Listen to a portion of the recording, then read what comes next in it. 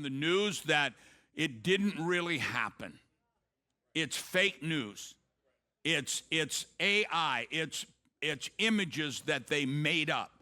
So I wanted to go over there to say I had my boots on the ground. This is one of the houses. There were in the area. Gaza is right outside, about 700-800 yards away. We videoed a bunch of this, and we'll show it on the television program. But you could hear the different booms going off while we're videoing, and they said, well, that's a tank going off, that's artillery. Then you hear a different boom, that's a rocket that was being shot in, and they shot it down by the Iron Dome. So there are in this area where the massacre took place, and understand, 1,400 people brutally murdered, and 240-something were kidnapped. This is one of the houses we were in, and if you just stay here a minute, it's an amazing story because we were in this house. And let me throw something in here. There are three main kibbutz in the area. Two of the main kibbutz suffered horrible loss of life. One kibbutz lost no one.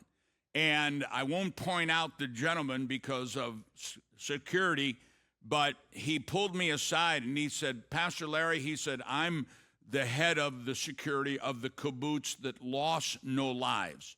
And he said, I'll tell you the reason why. And it's very important that we hear this. Each kibbutz, they have what's called first responders. In other words, this kibbutz here had, I believe, 1,200 people who lived there. And these kibbutz all did they called them in Israel as a nickname, peaceniks, because they really worked. They're not religious, they're not political. They really worked for peace with the Palestinian people in Gaza. Gaza's right across the fields from here. And every day, 30,000 people from Gaza came across the borders to work in Israel. But what they didn't realize, and so much for the innocent civilians, is that for years they were showing the Palestinians were drawing down at 10 o'clock in the morning or 7 o'clock in the morning. Here's where the children will be. Here's in this kibbutz is where their medicine is. Here's where their nurses are. Here's where the women will be. And so they were drawing maps so that when Hamas attacked, they would know where to get the women, where to get the children. Each kibbutz had what's called first responders, and these were men who were allowed to have a pistol.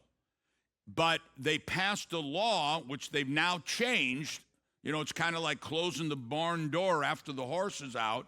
They changed it. Instead of these men who were first responders, in case something happened, instead of allowing them to carry on their body, they made them lock it up in what they called an armory, in a storage room.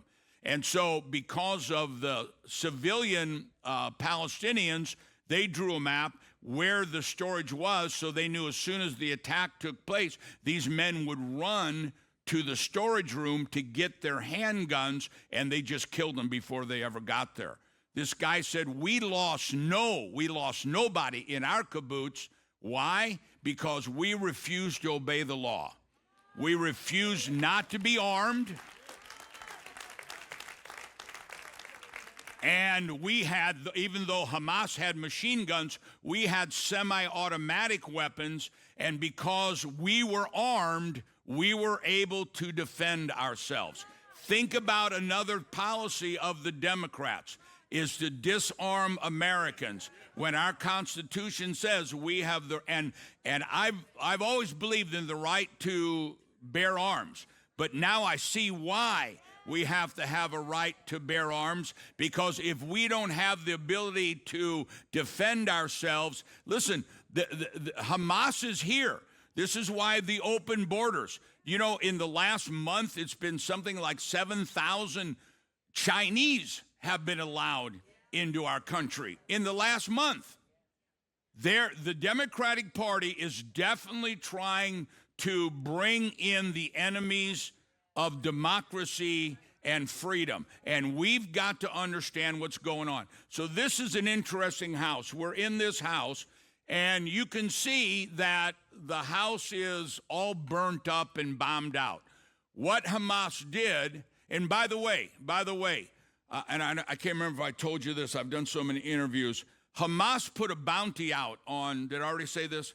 Hamas put a bounty out on captives that they'll give anybody who brings a captive back to Gaza gets an apartment, and I think it's 10,000 American dollars. So the first wave that came in were Hamas terrorists.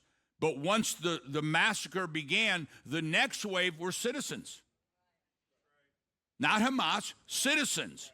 Palestinian citizens that came across and did the same butchering, raping, murdering. And that's why you saw, when you first saw this, that they had captives in the back of trucks and captives on the back of motorcycles. And you saw Palestinians trying to grab them out of the trucks. Why were they trying to do it? They wanted them as their captives. That's what they wanted. This house here was one of the first houses we went into.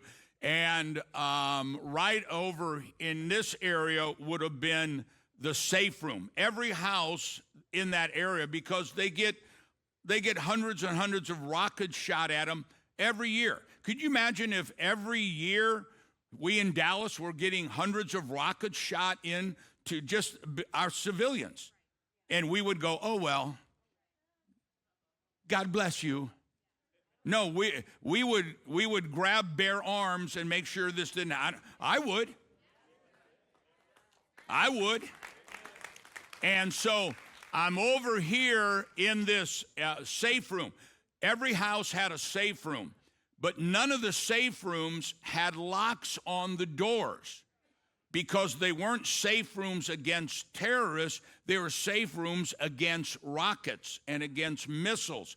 And so none of them had a lock on the door, because if something happened and your home got hit and you were trapped in there, they wanted to be able to come in from the outside and get you out. So when Hamas came in, when these terrorists, these butchers came in, they just machine gunned and slaughtered everybody and was raping everybody. And the people would lock themselves in the safe room. There's a handle on there, and they would hold the safe room door closed, and the doors weren't made to withstand bullets. And so they would just keep shooting in there. Several terrorists said we would hear a baby crying, and so we would just keep shooting until we didn't hear anybody crying anymore. And then if they couldn't get them out, this is why they're all burnt and everything, they would throw hand grenades or set it on fire, so the people would have to run out with their children. And as they ran out, they would kill them, rape them, murder them, kidnap them, whatever. I was in this house, and I was over here in a safe room, and I looked in there, and now this is going to be a little gross, but when I walked in there, they said, watch where you're stepping. And I thought, well, it's because of the glass and the nails and everything. And I said, that's why I wore boots. And they said, we're still collecting body parts. Because what they did was, when they grabbed the children or the women or whoever, they cut their hands off, then they cut their arms off, then they cut their legs off while they're still alive. These aren't soldiers. These are butchers. These are demonic. And so they're still collecting the body parts. In fact, you'll see a little bit later an ambulance that we donated to military, and that's where they were bringing in. That's why they still don't know how many people were actually killed.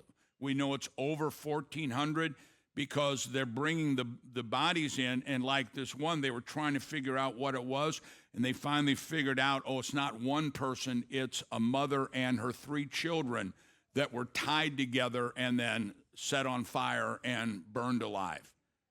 Now, I know that's gross, but you got to understand, these people, we have a government that is partnering with a regime that is financing this. Now, I got all kinds of pastors saying, Pastor, what if they come after you? What if they come after your 501c3? Let me tell you something. This is, right now, for every Christian, this is an Esther moment. This is an Esther moment. And you say, well, Pastor, what do you mean an Esther moment? Mordecai said to Esther, for such a time as this. But remember what he said. He said, don't think if you stay quiet, you're going to escape. Don't think if you stay quiet. And I challenge it infuriates me that pastors aren't saying something. Because this is not a war about borders. This is a war about eliminating God from the face of the earth. This is evil versus good. This is barbarianism versus, I got jet lag so bad, civilization. So we've got to understand this. I'm over here, and I'm looking at this, and there's a My Little Kitty. My Little Kitty, is that right? Hello Kitty, little girl's diary. And as I'm in there looking at this and looking at the little shoes, the husband of this family comes in. He hadn't been back since October 7th, and he walks in. I don't know if we have any pictures. Go to the next picture. I don't know if we have a picture of him in there. And this is their house. This is one of the houses. It's just house after house after house. You can just stay there a minute. And okay, stay there. And so he had just come back, and he had a big bandage on his arm. He had been in Jerusalem when, and he was driving back when at 6:30 in the morning, his wife called and said, we're under attack. And he was driving back, and I don't know if there he is right there. We won't show you this, but I saw the picture of the bullet wound that went through his arm. It's a miracle he's got an arm. I've never seen a wound on a human like this. But he was driving back, and you heard about the concert where they killed like 400 of these young kids that were there, a peace concert. It was a concert for peace between Israel and the Palestinians, and that's the first place they hit. He was driving back. That was probably about 5-6 minutes down the road from this kibbutz, and he was driving back. You see him wearing this here. I brought some back for us, and it says, bring them home. And you see the bracelets that our girls are wearing. It says about the hostages, as long as we are here, as long as you're there. And so he was coming back, and the kids by the hundreds were fleeing through the trees and down the dirt road and everything. And Hamas is just killing them, just murdering them. And he stopped, and 4 or 5 of them jumped in his car. They're machine gunning his car. One of the people in his car was killed, another wounded. He was wounded, went through, and then they shot out all of his tires, and so he drove off on his rims into the fields that they're farming, and they ran, and so they're hiding in we won't show the pictures because he's severely wounded, and Hamas is just murdering everybody, just indiscriminately murdering everybody, raping the women, cutting people up.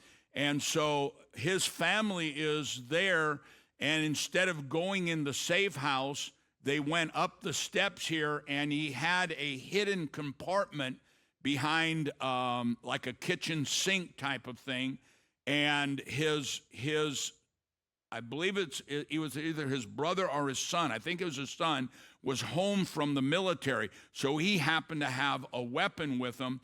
And so they're hiding in there, him and his wife and his 2 daughters and the son, I think it was, from the military. And they're hiding. And the Hamas people didn't just sweep through. They went into every house. They would sit there and eat while they're bringing people in to do ungodly things to them. They're sitting there because there was 3,000 Hamas came in, 3,000. And then the next wave was thousands of civilians. And so they're partying while this butchering is going on. one reporter, Hamas wore GoPro cameras on their heads and videoed all this. You know, Nazis did this to Jews, but when they realized that the war was ending, they tried to destroy the enemy. Hamas didn't try to destroy it. Hamas sent it out in media and took the people's own cameras and did unbelievable things, and then send the video from the daughter's camera to the parents. And they're eating and partying. This guy's family was upstairs, and when they were done eating and they could hear the screaming and everything going on, the Hamas people came in and they were ransacking and shooting and burning everything, and then realized there might be something back there. One of the Hamas guys crawled in, and the guy shot him and killed him, and then he jumped out and started killing. And once they realized he had an automatic weapon, they fled. And so his family, he said, I'm not a follower of God, but a miracle saved my family's life, and that is without a doubt. So go to the next picture. Okay, here is, if you remember, in February or something, we brought in a group of Ethiopian for Aliyah, and they were down in there. We were down in the center, down in where the massacre took place, and these are the kids that we had to get out. We partnered with Karen Hazot, got them out of the massacre area and housing them in up outside of Tel Aviv now. But if these kids hadn't been rescued, these kids would have been killed. And so when we're talking about, one of the reasons why I did this and why we're going to keep talking about it is we keep hearing the word hostage. And hostage is a word. These aren't words. These are babies. The hostage, you just keep hearing it until it just becomes a word. These are human beings. And so, next picture. I don't know if we haven't. Do we have any more of the kibbutz, or did you already blow it, JP?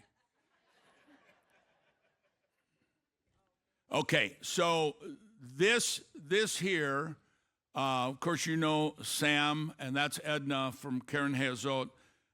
This is a whole area down in Tel Aviv that is dedicated to getting the hostages home. This precious lady here, this is her husband over here. This is the aunt to Aviv and Raz. You'll see we've got posters hanging up over here. This is Aviv here. This is their brother. Aviv and Raz is been kidnapped. Their mother has been kidnapped. Their uncle there, her brother, has been kidnapped. They were all in the same house, and the grandmother was kidnapped. So they thought there was 5 just from this family. And when IDF, Israeli Defense Forces, crossed into Gaza, they found the mother's body. If you saw on the news, it showed it a lot. There were people in the back of this truck or Jeep type of thing, and there was a grandmother there, and they kept trying to put like a flag over her head. That's the mom. And so Raz is like 4.5 years old, I think. Aviv is 2 years old. Nobody knows where they are. And you know what really ticks me off? I've been a Christian almost 50 years. I haven't cussed in 50 years. These people almost make me want to cuss because there are no good words to describe them. Do you forgive me for that? And if you don't, I don't give a rip anyway. But it infuriates me. You don't take babies. Soldiers fight soldiers. You don't take babies, and you don't take women. You don't rape 12-year-old little girls. And so, we're talking to them, and to be honest with you, they were devastated. You know, they're tired of talking. I got to be honest with you. And I started sharing with them that, you know, we believe in miracles. Because when you hear what it is these people did, remember, they took hose that you hoe the ground with and cut the heads off of 40 babies. Remember that. As Sharon was saying, they took a 12-year little girl and broke her leg apart while they raped her over and over again in front of her parents. Remember that. That's what we're dealing with. Remember that come voting time. You going to put these guys back in office? Shame on anybody. Well, I just don't like Trump. Really? You like Hamas? Really?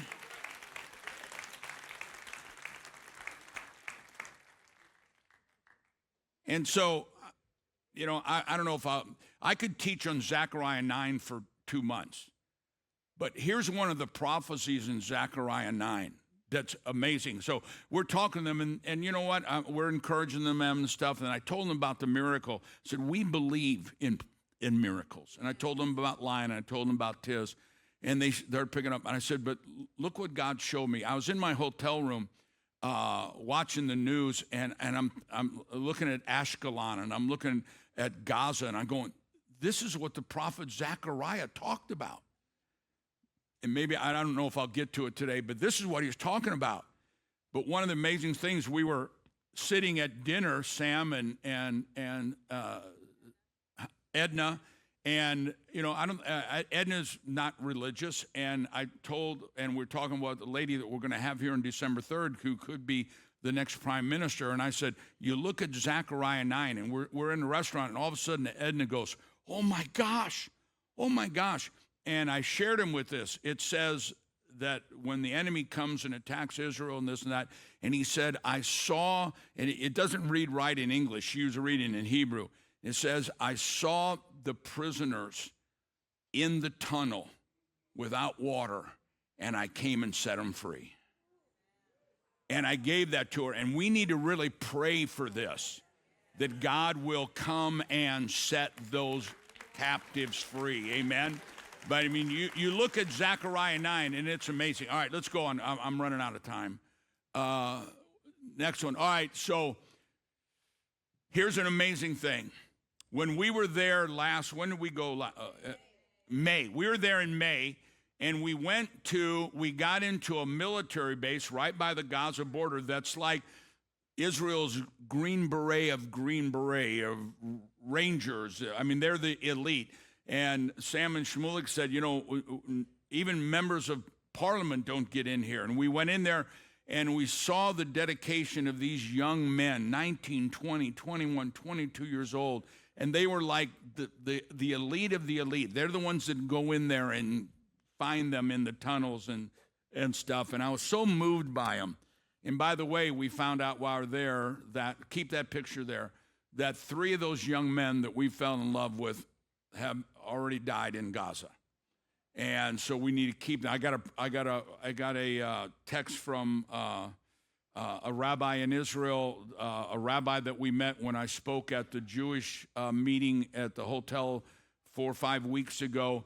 The rabbi here in Dallas, his grandson was killed this morning in Gaza. And so keep them in prayer. But while we were there, I met the commander of this base, and I was just moved. You know, the Bible says don't worry about what you're going to eat, what you're going to wear, where you're going to sleep, but look for a place to be a blessing, right? And so we were there, and I realized the sacrifice that these young men make. And I said to the commander, I said, what do you need here? Is there any way we can help you? And he said, all of our armored ambulances are old. And he said, we need an ambulance. And so right there, I volunteered that you would buy one. And little did we know that this was going to happen. And so this was the last day that we were there, And in fact, they didn't even get, you can see here, this ambulance was donated by New Beginnings Church of Larry Huch Ministries of Dallas, Texas, and Karen Hazot for the Israeli soldiers. It just got in, they just equipped it, and the next day, and in fact, they just put a magnet sign on there because they haven't even had a chance to paint, donated by you. And the next day, it was going to Gaza for the soldiers. And it will save thousands and thousands of soldiers' lives, civilians' lives. And so, but we didn't know. See, that's why when God leads you to do something, you do it. It doesn't necessarily make sense. And so while we were there, and of course, I think 4 or 5 of their ambulances already been bombed. Last week, I think we bought 2 more ambulances for Mogan David Dome. And I think 14 of their ambulances have been bombed and destroyed. And so while we were there, I told Mogan David Dome, we will buy another one for you. And I told the military that we will buy another one for you. And so they're $165,000 a piece. They're not ambulances. They're ICU units on wheels. They're like an operating room on wheels. This one is in Gaza right now. I told them next week we'd send another one. I told Mogan David Dome we'd send another one to them. And so I volunteered all of you to, it's $330,000 or whatever it is, but just think, you're saving people's lives. All right, so we need you to give. I don't take offerings. We just let God move on people, but we need you to give. Here's a neat thing. When I was doing the interview with Daystar Zoom from Jerusalem, Doug said to me, he said, Pastor Larry, with all the bad that's going on, what good is going on? And here's an amazing thing. When I landed in Tel Aviv and they were driving me up to Jerusalem from Tel Aviv, the young man that was driving me, they were everywhere we went, people were over the top because they feel like right now they're alone. They see all the demonstrations. They see CNN. They see, CNN, the communistic news network, and they see MSNBC, and I won't even tell you what acronym I've given that. But they see all the demonstrations, so they think they're alone. And so far, Jerusalem's empty. There's nobody on the streets. There's nobody. It's like a ghost town. And so here's this little Christian pastor that's up there standing up for Israel and representing all of you, and they were beyond appreciative, everybody. And he said to me, on October 6th, Israel wasn't a great nation. And he said, we weren't a great nation because we fought with each other about everything. Religious, secular, political, we fought about it with each other. But on October 7th, we become one nation. We became a nation of unity. And we saw that everywhere. What this is, I had just met with one of the mayors from this area, had a meeting with him about some things that we want to volunteer to help do to fix this place. And he said, walk across the street. And so we walked across the street. If you look at these Army guys, most of these Army guys are older.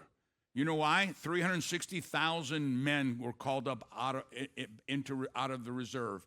And they're family men, they're doctors, they're bakers, they're whatever. And this area here, there's every day thousands of soldiers come in there.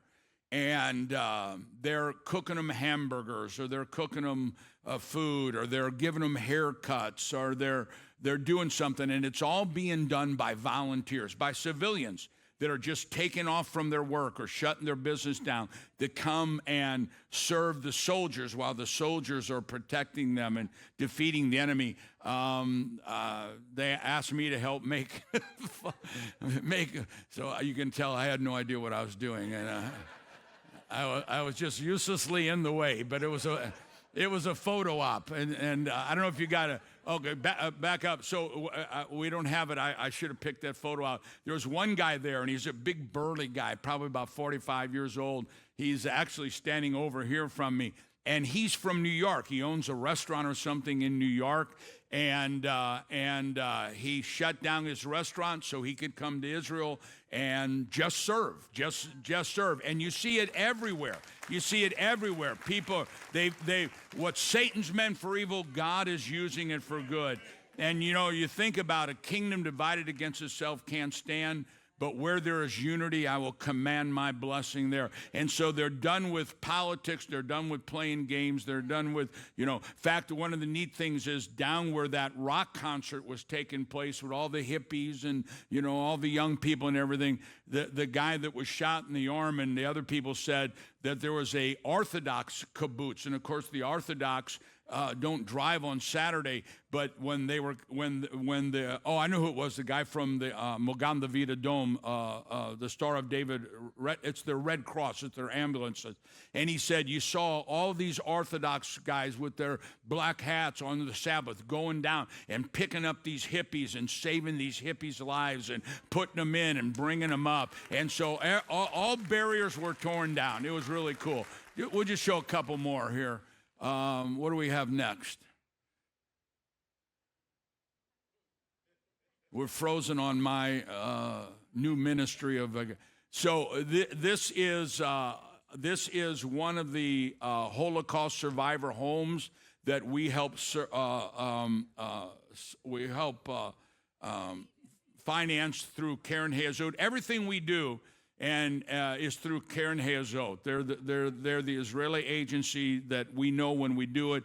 It's funded, and so every Passover, every Rosh Hashanah, Yom Kippur, Sukkot, whatever, we make sure they get meals for that, and we make sure they're, and so every week they get meals, and so once again, they had me uselessly giving this guy in the Holocaust. All right, so we're over there, and I heard of so much bloodshed that I really felt I'm going to give blood. And so we're at I'm actually not passing out. I'm actually talking to somebody. But,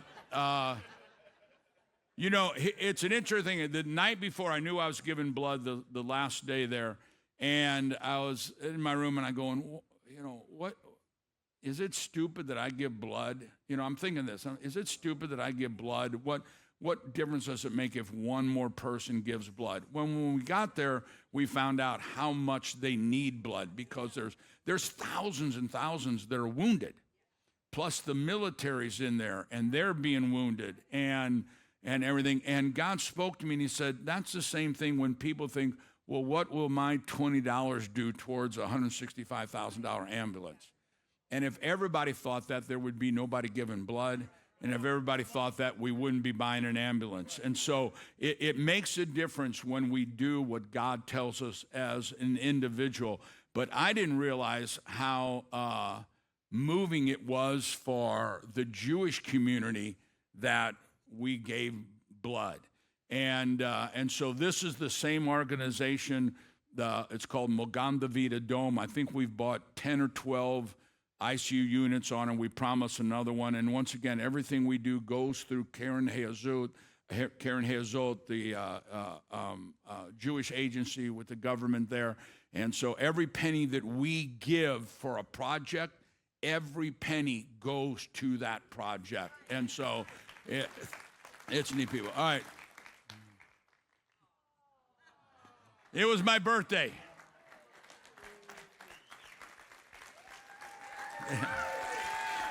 It was my birthday. In fact, the Holocaust survivors sang me happy birthday. They have a choir. They're amazing. And they sang hallelujah. It was beautiful. And then they sang happy birthday. So move on from that. This real quick here. These are people who lost family members. This gentleman here, forgive me, I can't remember his name. And see, he's wearing the tag, she's wearing the tag. And Sam and Shmulik told me he's very well known because he's always been, for years and years, a volunteer to help families who have lost someone through terrorism. And his son was killed during the massacre. And that's Karen. I can't remember exactly the story, but she lost, I think, her mother and father in one of the kibbutz during the act of terrorism. And it's just heartbreaking to hear their story. So Holocaust survivors, they're the ones that sang happy birthday to me. I'm the youngest one. Move on. Go to the next one. This is, help me with his last name, he's the ex-president of Israel, President Rifki, something like that. And we're going in, this is a whole 5-story building that a company has dedicated just to the recovery of Holocaust, or of the hostages. They've dedicated the whole building. I think there's something like 15,000 volunteers that are in there. Doctors, nurses, psychiatrists, sociologists, all those people. And we ran into him. We're all trying to get on the elevator and ran into one of the generals there. And then Sam and I got to go. We don't have pictures. We got to go to right across the street to Israeli's Pentagon.